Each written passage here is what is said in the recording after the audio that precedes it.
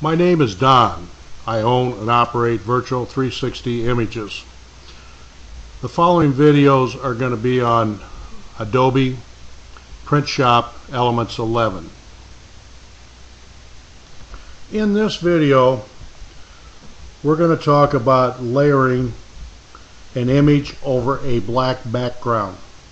This is going to be similar to the one we did earlier, where we transposed one image over the top of the other and then blended it together. It's the one where we took our granddaughter from a picture in Burger King's parking lot and placed her and her boyfriend on Fort Myers Beach. Same thing. As you can see what I've got on the screen right now, I've done a number of pictures with the black backgrounds and the white birds, and people always say, how did you do it? I'm going to show you how we did. This is another one I've done with a black background, the four white pelicans. This was taken over at Ding Darling, which is over on Sanibel Island in Florida. This is the one that we're going to duplicate. You notice the black background and also the white bird. We're going to show you how we did that. I'm going to close that out. This is the picture we started with. What we're going to do first of all is you're going to make a notation of what size this picture is. Pixel size 3800 by 2600, because what we're going to do first, we're going to first come down here to the color palette. Make sure I have black as the background. I'm going to come up here to File, click on File, click on New, slide over to Blank File. You'll notice that I have already put the measurements in for the width and the height. If they're not there, you need to do that so that the picture does conform with the background to the foreground. And we're going to call this black image BG for background, and click on OK. This is going to give us our black background to start with. Now if I go back down in the lower left hand corner where it says photo bin, you'll see down along the photo bin at the bottom I have my black, and I also have our bird that we're going to crop out of there. Double click. And if you remember from the other video that I did on transposing one person or an object over the top of another one, the first thing I'm going to do is go up here under Image, the top on the toolbar, come down to Magic Extractor, click. If you didn't look at the other one, we'll kind of review this right here. Down the left side, the first two items is you've got brushes. The first one is a foreground brush. The second one is a background brush. First, we're going to click on the foreground brush first. As I bring the brush over one of the wings, it's not very large, so I can come over to the right hand side where it says brush size. Click on the little arrow beside it, the slide bar underneath it, come back over, still not very big, move that up to about a 60, 63, and you'll see now that the brush size, which is on the wing, is a little larger. What I'm going to start doing is on the tip of the wing, hold down your mouse button. It'll be a kind of a pinkish red, and what I'm going to do is I'm going to follow the edge, and you can be over on the edge, don't worry about that. That's the part we're going to blend back.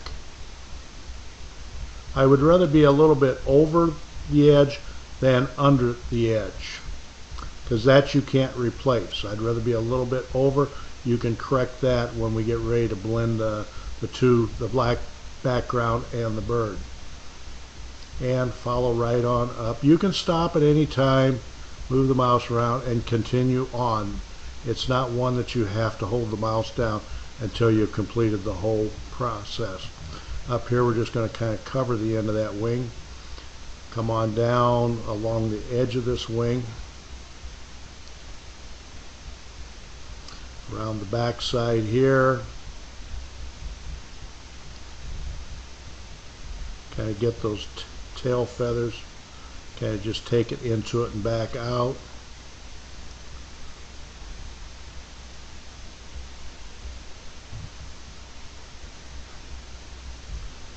Come back up around here a little bit. Got to remember there's an area in between where his neck, there is an area right behind his neck. We want to be able to see the black through there. Come down and catch this. And we'll go back up here. We got to catch his nose coming out this way. And we're going to come back. We're going to follow that wing all the way up. Catch the bottom edge of it. Come on out to the end. And you don't have to completely fill it, but it does like you to kind of give it some indication through the middle. This is the area that we're cropping, and it doesn't have to be completely full. We also have to look at, because he has legs that are hanging down behind and his feet, and we'll come up here and we'll catch the other one down to the end of the tip of his toe. Now what we're going to do is we're going to go over and we're going to take the second brush, and that's going to be the background brush, and that's the area we want to remove. And that's going to be, if you'll see up here, I've done it, it's in blue. Now I'm going to come back down here, and some of these I can maybe clean up a little bit, but I don't want to cut across it. I'm going to outline it with the blue.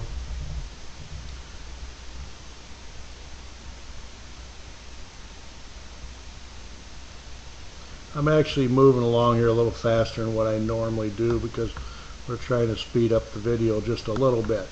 If I was doing this, and the ones I did that are hanging on my wall, I actually enlarged the picture, went with a little smaller brush, and did a little more fine detail on this. Again, like I said, I'm kind of hurrying through.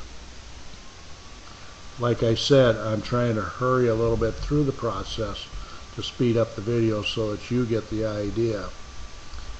And kind of come down and under him. We're going to come down and follow the side of his legs down. Remember, I'm not touching all the way.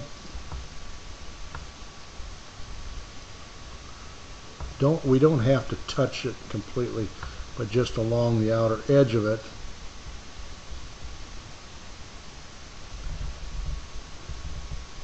And I don't know if you, now we'll get done with this, I don't know if you saw, I'm going to bump across that purposely and show you that we can fix that.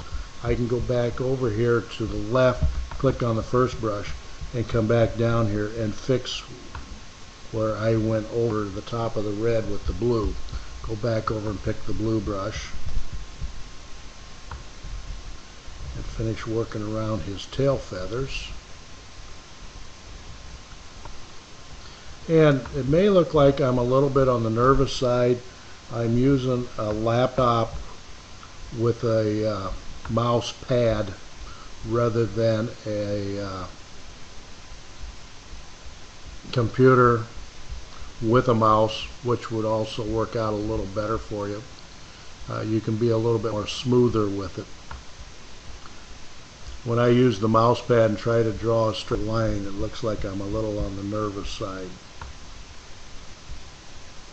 I'm going to say you try it and see if you can get it any smoother. We're just about done with that side. I am going to go down and just put a little bit of blue inside here behind his head. And then just like we did on the other one, we need to fill this in a little bit. I usually go around the edges a little bit. It tells the software the area that we want to cut out. We don't have to do 100% fill on it. We just draw some lines through it. There are some software packages you have to actually do 100% fill on it, but on this one you don't. Remember, this is Photo Elements 11. This feature's only been in the last 1 or 2 versions. We'll go up here and catch the top, do the same thing, go up across the top a little bit.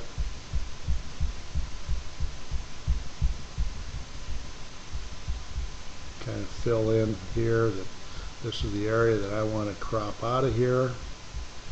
Remove.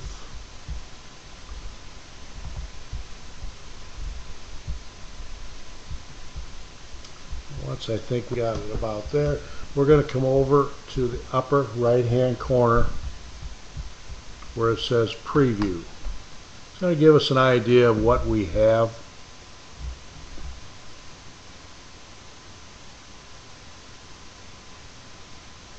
People sometimes think I spend hours and hours doing this, and I used to. I used to spend hours drawing around the edges and taking out the backgrounds and everything.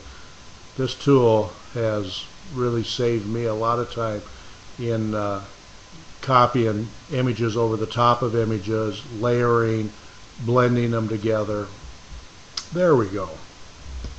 You can come back in with the, let's say, the blue brush again, and some of these areas, I'm going to up on this left wing a little bit. I can come back in here and maybe clean a little bit of that up, maybe a little bit along the top, just to show you that it can be done.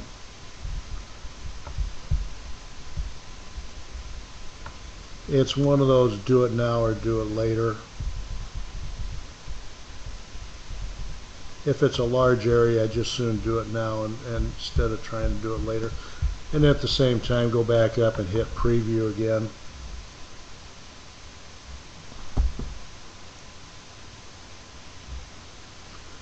Depending on the image itself, sometimes the extractor sometimes takes a little bit longer.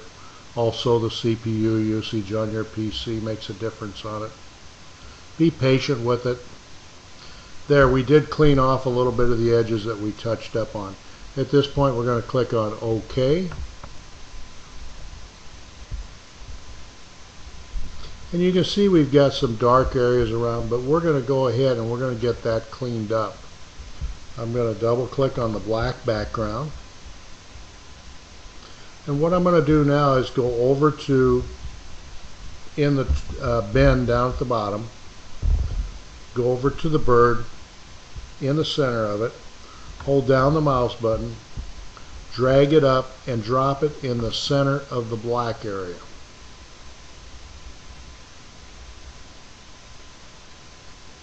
And there's the start of our bird. What we need to do now is come over here on the right side in the blue box.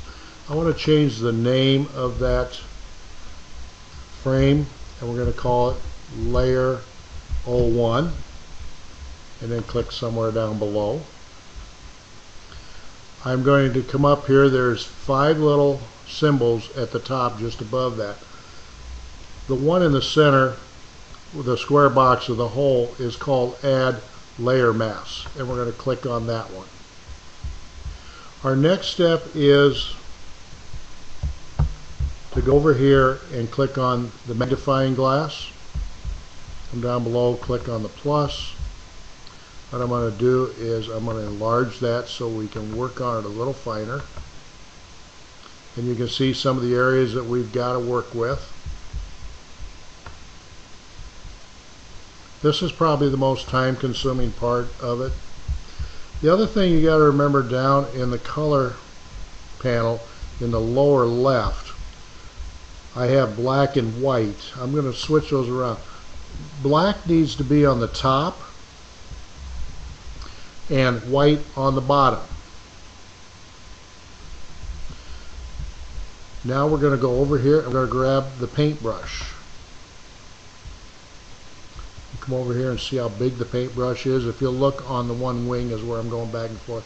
I think we can make that paintbrush just a little bit bigger down at the bottom.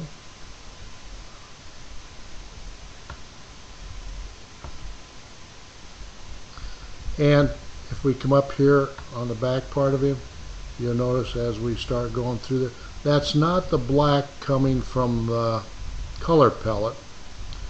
That is the black coming through from the background. Remember, the background is a black image, so don't let that confuse you. It's not the black paint coming from the palette, it's the black coming through from the background. So we can kind of come along here and clean that up all along his back. Come down and around through here.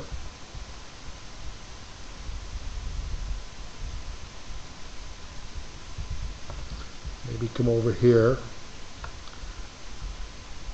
I sometimes work better from left to right. Might be because I'm left-handed, I don't know.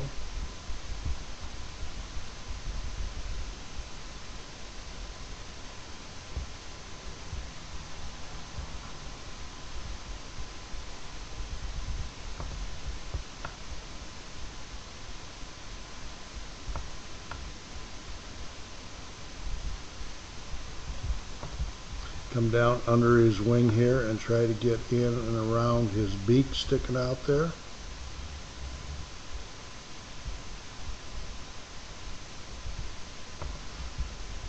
Get the underneath side of his beak.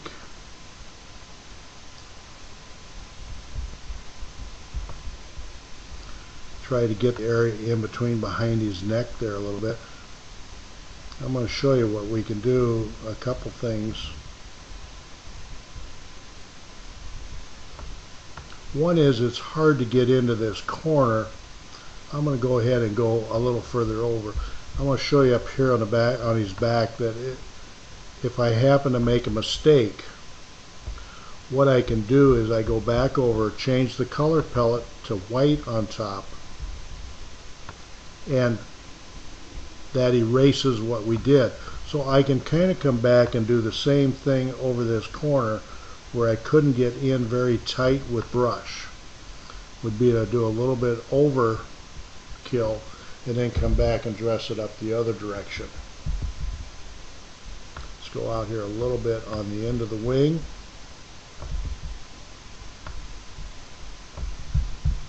Go back to the black on the top of the color palette. Use the same brush.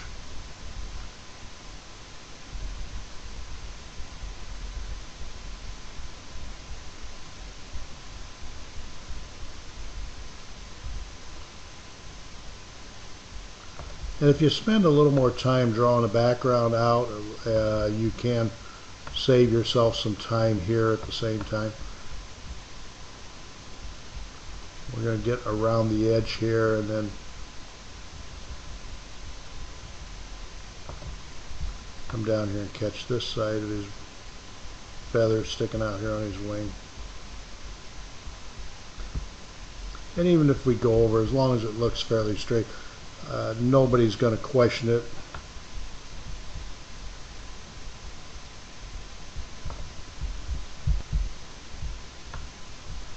And if we go down along his legs, I'll skip and head down there, you can see that quite a bit of his legs, the area around it, but I can come up here and clean up that.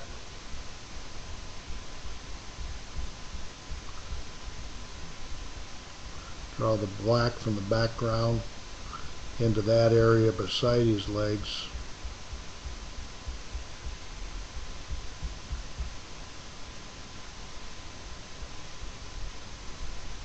And again, remember, we're not painting black on top. We're drawing the black from the image behind, so we're erasing the foreground.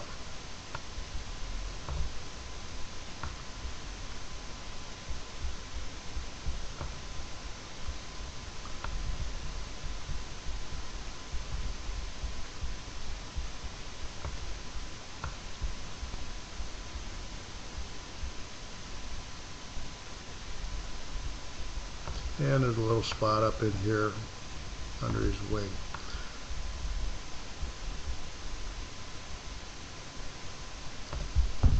I think we're going to call that good for right now. I think everybody gets the idea. I'll go back up on the magnifying glass, hit the minus, and kind of draw that down a little bit so you can see the whole bird. That gives you an idea, especially if you look at this left side of the bird. We've got that pretty good. Across his back, we've done a good job there. Around his beak, around his neck, and we did do one leg. We still have the other one to do, and we have up the other side. One more thing you can do is if you come over here on the left side, it's the second one down, the little crosshair says Move Tools. If I click on that, you'll see that it will surround the bird, the top layer, layer 1, and if I need to reproportion that in there, I can bring that down a little bit smaller if I need to. Depends on what I'm doing with it and how I want it to lay out there. I really want to leave enough on both sides so that if I have to crop it for a 4x6 or a 5x7, that I've got some room to crop it off. I've done that before where I've had it right out to the edge and then go ahead and decide I want to do a 4x6 or a 5x7, and the way it's going to crop is going to cut off the tips on his wings. So I've learned to go ahead and downsize it a little bit, leave plenty around the outer edge. Once you have it where you like to have it, within Adobe Print Shop Elements, down at the bottom you'll see a green check mark. That is your apply in Adobe.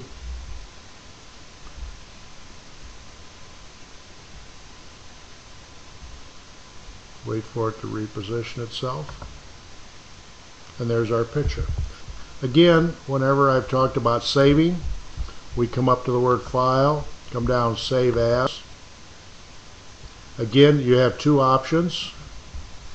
If you look at the Save As box down in the middle here, it'll say Save As, and that's Photoshop, and it's what they call a PSD file.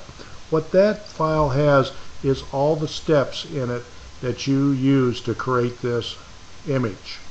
So if you ever have to come back, and I usually will do a Save As, and it's under the same name. If I ever have to come back in, it'll know exactly what I did, what I have left to do. If I want to make changes, it'll let me delete, undo, put things back, and it'll remember every step, step by step.